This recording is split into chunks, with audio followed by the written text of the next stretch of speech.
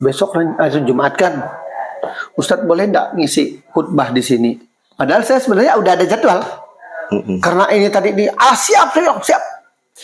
Setelah itu saya datang sana, saya lihat kok speakernya ke dalam. Kenapa ke dalam? Tuh, nggak berani kami. Nggak berani kenapa? Saya bilang nggak berani lah, takut nanti sensitif apa itu ini segala macam. Udah, gini aja. Tolong buka, arahkan keluar. 2 speaker tuh, toa. Buka. Kami menguping apa yang Ustadz sampaikan waktu itu hari Jumat yang lalu. Kamilah yang duduk di jembatan tuh, pemuda-pemuda di situ. Amma yatasaalun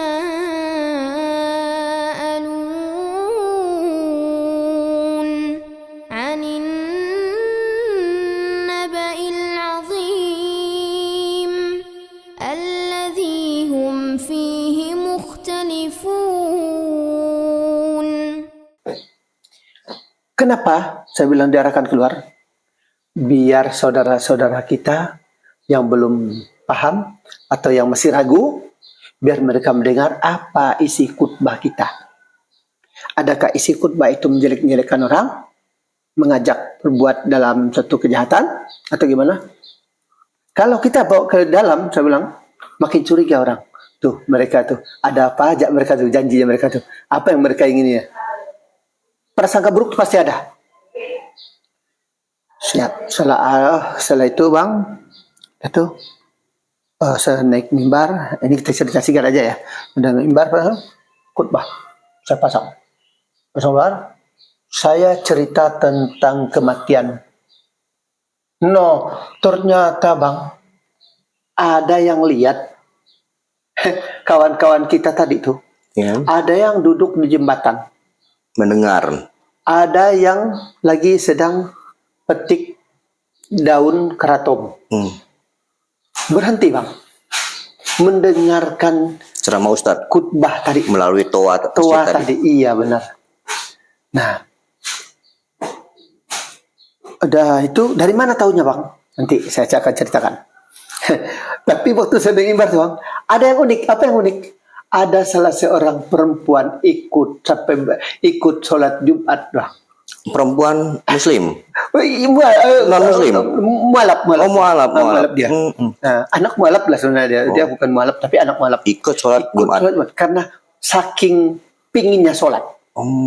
Allah bang, waktu sedih mimbar tuh aku diri lihat, masya Allah, ada perempuan sholat Jumat, gitu kan?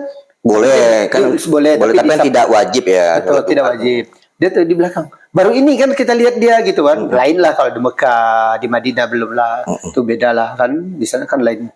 Nah, enggak tahunya saya, sampai segitu dia. Kenapa? Saya tanya. Setelah selesai sholat, pas ngajam, saya tanya dia. Kenapa dia ikut sholat Jumat? Kangen. Pingin sholat, ikut sholat. Mungkin sholat di masjid. Allahu Akbar bang. Hari itu ya Allah kataku, tidak terasa bah dengan dia tuh ya Allah, ya senang rasanya. Benar terbukti orang di sana tuh haus, rindu ingin sholat berjamaah. Rindu juga dengan tidak pernah dengar itu, tidak pernah dengar bang, tidak pernah dengar ceramah di situ, tidak pernah. Apalagi pengajian tidak pernah. Nah setelah itu bang, 3 hari kemudian, nah nih tahunya saya kisah tadi ada yang di jembatan nongkrong, ada yang metik daun keraton dan sambil bekerja kan sambil dengerin itu. Dari ada salah satu pemuda datang tempat saya, dia minta bersahadat dari kampung yang ke rumah Ustadz. Benar, yang di kota ya? Iya di kota. Kurang lebih 1 jam. Oke, jadi teman-teman saya mohon maaf Ustadz saya potong. Rumah Ustadz ini berasal dari tempat dari Kabupaten Kapuas Hulu, ya, tinggal di kota kecamatan di kotanya dan tempat masjid tadi yang Ustadz cerita itu letaknya di pedalaman Ustadz ya? Di pedalaman, di pinggir jalan tapi. Oh di pinggir jalan, tidak terlalu masuk ke dalam ya Ustadz ya? Enggak. Dan itu jarak tempuhnya 1 jam dan yang cukup unik menariknya ada warga masyarakat yang mendengar ceramah Ustadz Maitoa, akhirnya datang ke rumah Ustadz tadi tuh, Betul. yang di kota tadi tuh ya. Benar, kurang lebih 3 hari. 3 hari setelah Berarti Jumat, Sabtu, Ahad. Hari Senin datang. hari Senin datang. Hari Senin. Hari Senin dia bersahadat, minta syahadat. Saya tanya dia, kok kenapa syahadat bang? Maaf, sebelumnya kami menguping apa yang Ustadz sampaikan waktu itu hari Jumat yang lalu. Kamilah yang duduk di jembatan tuh, pemuda-pemuda di situ. Yang Dan datang ada- berapa pemuda? 1. Yang datang 1. Yang mereka nguping ada 4 sampai 5 lah. Terus yang di kebun juga bercerita.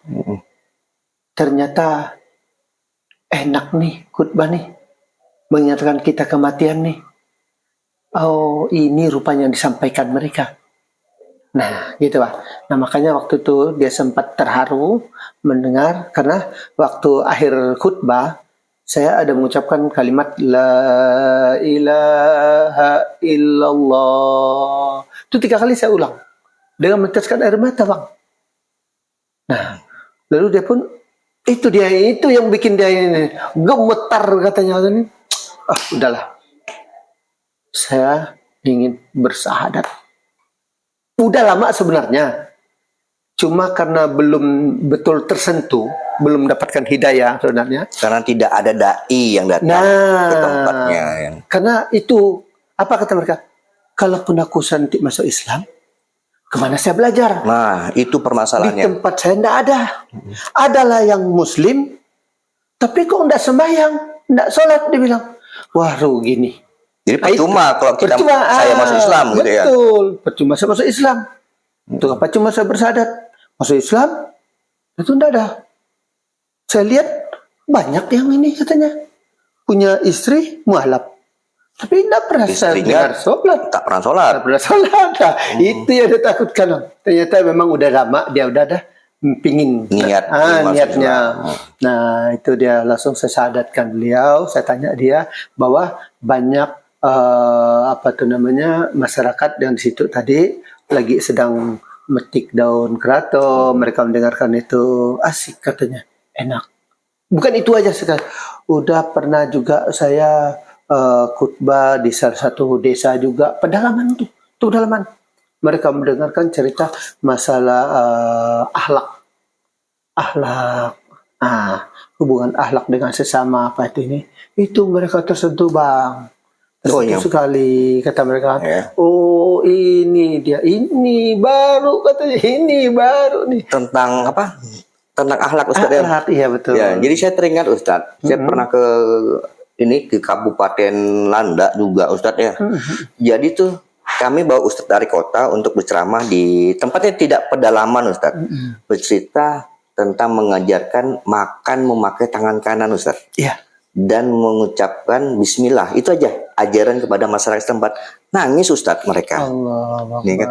Dan ternyata karakter masyarakat ini yang tinggal di kampung ini mendengar ceramah-ceramah seperti ini masih seperti hal yang baru Ustaz bagi mereka. Iya. Dan mereka langsung tersentuh hatinya.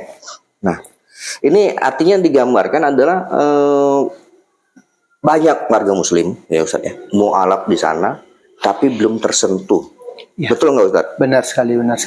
Banyak belum tersentuh.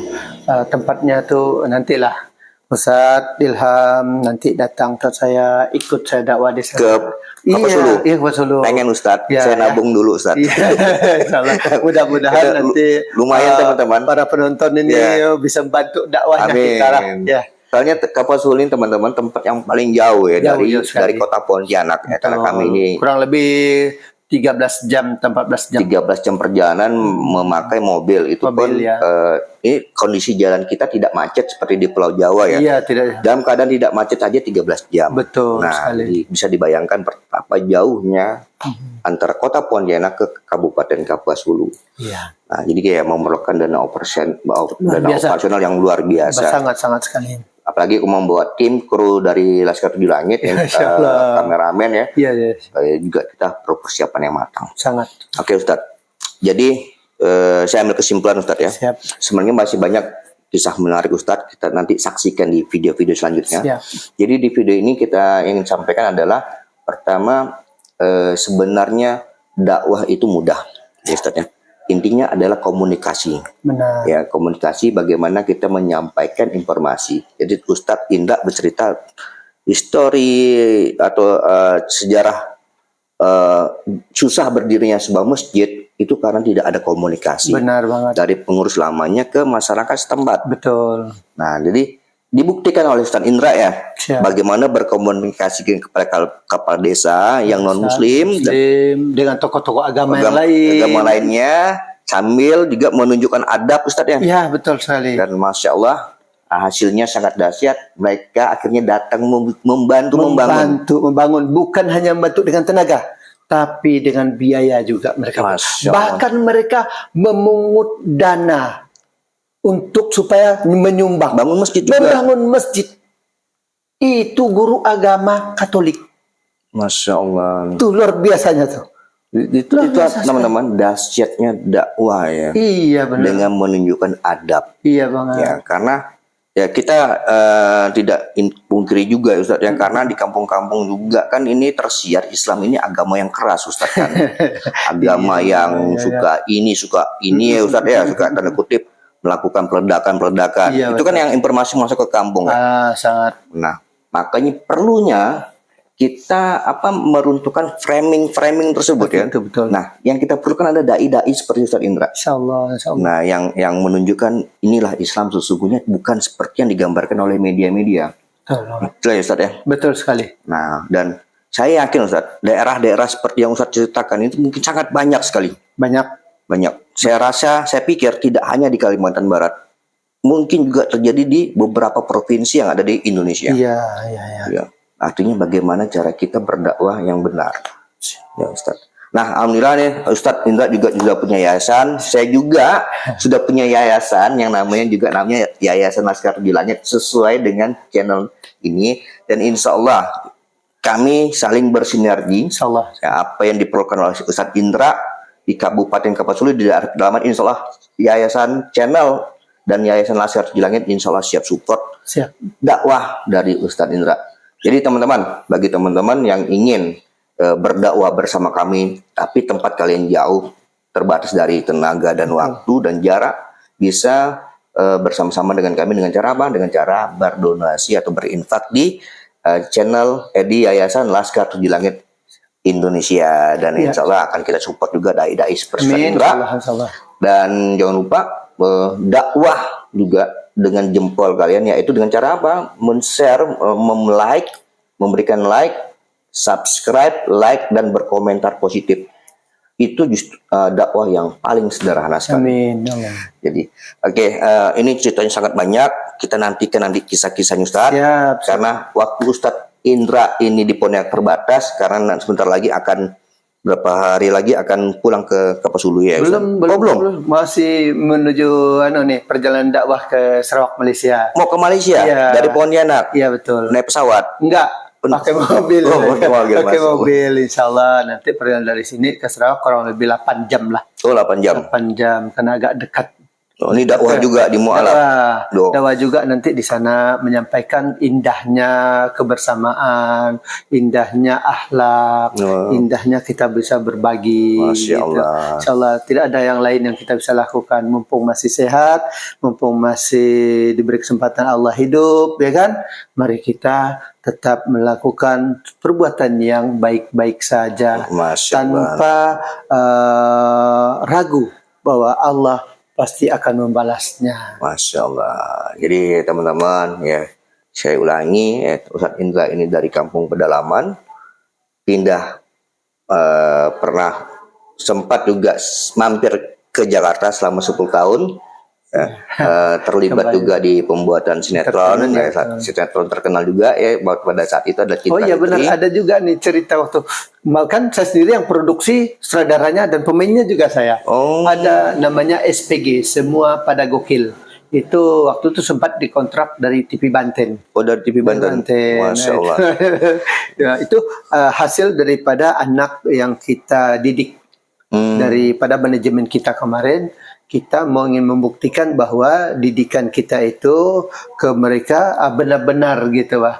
Bahkan mereka alhamdulillah sekarang ini ada yang udah main beberapa sinetron Nah, cuma karena pertama tadi itu komunikasi kita udah terputus sama mereka, nomor dan telepon yang lama pun udah tidak ada lagi. Nah, cuma itu sajalah, kita sama saling mendoakan lah. Mudah-mudahan saudara-saudari kita yang lagi menjalankan suatu kebaikan, mudah-mudahan selalu diberi rahmat oleh Allah Subhanahu Wa Taala. Amin. Mudah-mudahan teman-teman artis Ustadz dulu ya melihat video ini. Insya Allah mudah-mudahan. Menghubungi Ustadz kembali. Ustadz, Siap. ya. Om Nanti Indra, Om Indra. Oh, mereka panggil Om ya. Om Indra, iya, mereka panggil Om Indra. Oke, nanti saya akan cantumkan Instagramnya. Siap. Atau ada Instagram ya Ustadz? Ada. Saya akan cantumkan Instagram Ustadz Indra. Nanti di deskripsi video silakan teman-teman follow dari akun Instagram Ustadz Indra. Oke, sekali lagi jangan lupa subscribe, like, dan berkomentar positif, dan bagikan jika video ini bermanfaat. Saya Bang Ilham dan Ustadz Indra. Siap. Assalamualaikum warahmatullahi wabarakatuh. عما يتساءلون